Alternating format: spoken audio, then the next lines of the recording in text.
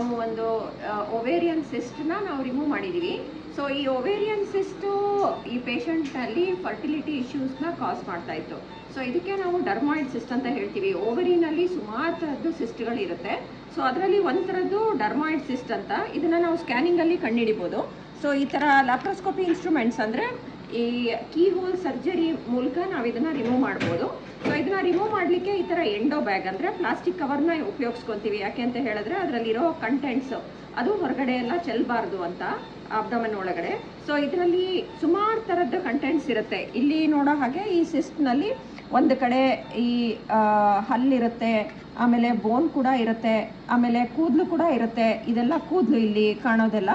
So ಇದಕ್ಕೆ ನಾವು dermoid cyst ಅಂತ ಹೇಳ್ತೀವಿ. ಈ ಸಿಸ್ಟ್ ಕಾಮನ್ ಆಗಿ ನಾವು ನೋಡೋದು ಈ ರಿಪ್ರೊಡಕ್ಟಿವ್ ಏಜ್ ಗ್ರೂಪ್ ಅಂದರೆ ಮಕ್ಕಳಾಗೋ ವಯಸ್ಸಿನಲ್ಲಿ ನಾವು ಇದನ್ನು ಕಾಮನ್ ಆಗಿ ನೋಡೋಂಥ ಸಿಸ್ಟ್. ಇದು ಪ್ರೆಗ್ನೆನ್ಸಿನಲ್ಲೂ ಕೂಡ ಇದು ಕಾಮನ್ ಆಗಿ ನಾವು ನೋಡೋಂಥ ಸಿಸ್ಟು. ಇದು ಟ್ವಿಸ್ಟ್ ಆಗೋಂಥ ಚಾನ್ಸಸ್ ತುಂಬ ಜಾಸ್ತಿ ಇರೋದ್ರಿಂದ ಇದನ್ನು ನಾವು ರಿಮೂವ್ ಮಾಡಬೇಕಾಗತ್ತೆ.